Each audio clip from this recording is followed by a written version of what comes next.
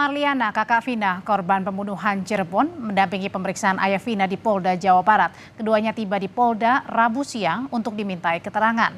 Kakak Vina bilang ini adalah pemeriksaan pertama dari polisi sejak kasus ini disorot publik. Keluarga Vina hari ini diperiksa sebagai saksi setelah sebelumnya polisi memeriksa keluarga dan rekan kerja Peggy Setiawan.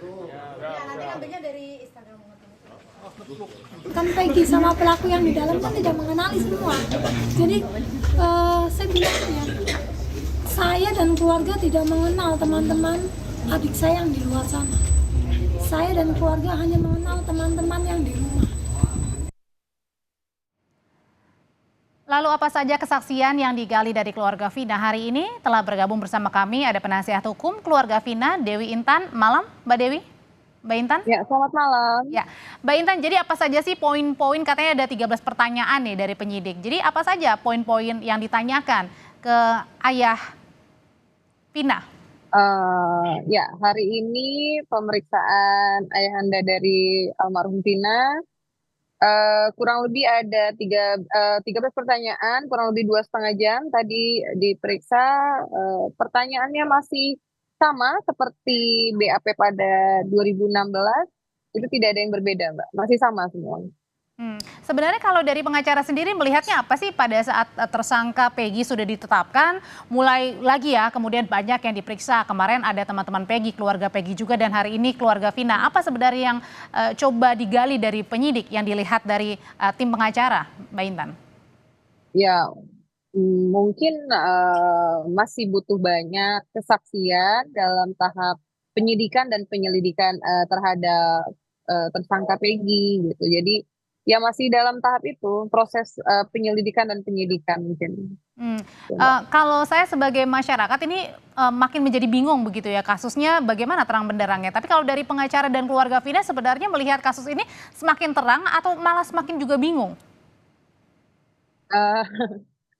Bagaimana ya, kita juga sebenarnya bingung juga mau harus berstatement apa, karena ya kita semua masih menunggu prosesnya. Ini kan prosesnya panjang sekali, masih banyak yang harus diperiksa, yang harus didalami oleh penyidik gitu. Jadi ya biarkan saja, kita memberi ruang lah agar misalnya pun saudari Peggy pun mau melakukan upaya hukum, ya semoga itu bisa membantu dia kalau memang betul seperti apa yang dia katakan, dia pembelaan pada dirinya gitu Mbak.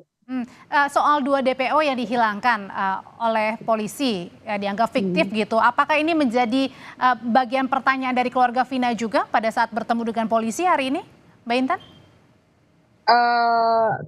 Tentu kita masih bertanya, hanya polisi masih eh, memberikan informasi sebatas ini kan masih tahap penyelidikan dan penyidikan, jadi ya biar beri kami ruang seperti itu. Ya tentu kami harus menghormati upaya proses ini seperti itu Mbak. Tentu kami akan mengejar itu, tidak akan maksudnya hilang. Kita mau polisi atau siapapun bertanggung jawab atas 2 DPO itu yang hilang. Termasuk dengan ya. termasuk dengan kesaksian ada saksi baru nih, keluarga juga bilang kok heran kalau dulu nyari saksi, nyari informasi aja susah banget, sekarang mulai banyak saksi bermunculan. Kalau menurut dari pengacara dan keluarga ini malah semakin menambah keyakinan bahwa ada orang lain di luar Peggy yang melakukan, atau gimana, Mbak Intan? Ya, kami masih tetap berkeyakinan bahwa 2 nama DPO itu tetap ada. Karena kami menghormati amar putusan yang sudah ada, di situ jelas ada 2 nama tersebut, di situ jelas ada apa yang mereka lakukan, lalu kendaraan apa yang mereka pakai, dan ya itu kembali lagi para tersangka lain tidak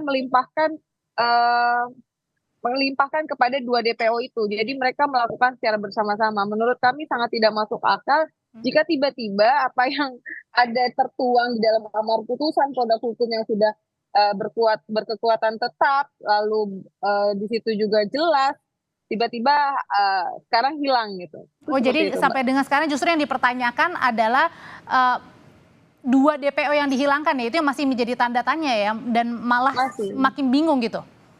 Iya, betul.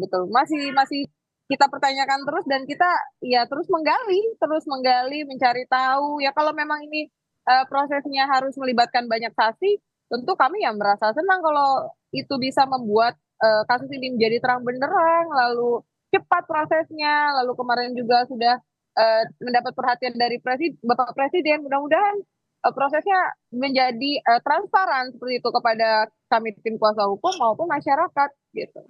Kalau dari kesaksian baru nih, ada Liga begitu yang katanya adalah teman Eki begitu, kemudian juga bertemu dengan Eki sebelum kejadian terjadi. Ini diyakini bahwa memang benar saksi temannya Eki, karena kan kalau dari keluarga katanya tidak mengenal. Oh iya, kalau dari keluarga almarhum Vina tidak mengenal. Itu kan kalau mereka bersaksi mengenal almarhum Eki ya, yang bisa menjawab itu kembali lagi ke keluarganya almarhum Eki. Kalau kami tim kuasa hukum sudah menanyakan kepada keluarga almarhum, tidak ada yang mengenal. Mbak Intan, sebenarnya kan sejauh ini sudah banyak nih saksi yang diperiksa, ada penetapan tersangka juga bagi Peggy. Dari keluarga maupun pengacara, ada yang dipertanyakan juga Kak, misalnya alat bukti yang kemudian dirasa masih belum cukup nih. Terhadap siapa Mbak? Terhadap para tersangka ataupun nanti ketika ada tersangka-tersangka lainnya, penambahan kalau misalnya ada. Makanya kami kan masih mengikuti prosesnya, apakah proses penyidikan dan penyelidikan ini kemarin sudah berkali-kali dibahas juga oleh beberapa pakar, ada scientific crime investigation harusnya, apakah pada tahun itu ada proses tersebut, ya itu masih dalam tahap proses semua, mudah-mudahan semua bisa terbuka. Termasuk juga sampai dengan sekarang rekonstruksi masih belum berlangsung ya, baru pra doang ya Mbak? Betul. Kita masih menunggu terus. Oke, terakhir kalau itu Mbak Intan, kalau ada rekonstruksi, keluarga sangat besar berharap diundang bisa melihat langsung TKP? Tentu. Kami sangat berharap polisi mengundang kami, juga mungkin mengundang kuasa hukum yang lain. Jadi semua bisa terang benderang dan secara terbuka dan transparan. Itu Mbak. Terima kasih pengacara keluarga Vina, Dewi Intan sudah berbagi di Sapa Indonesia Malam.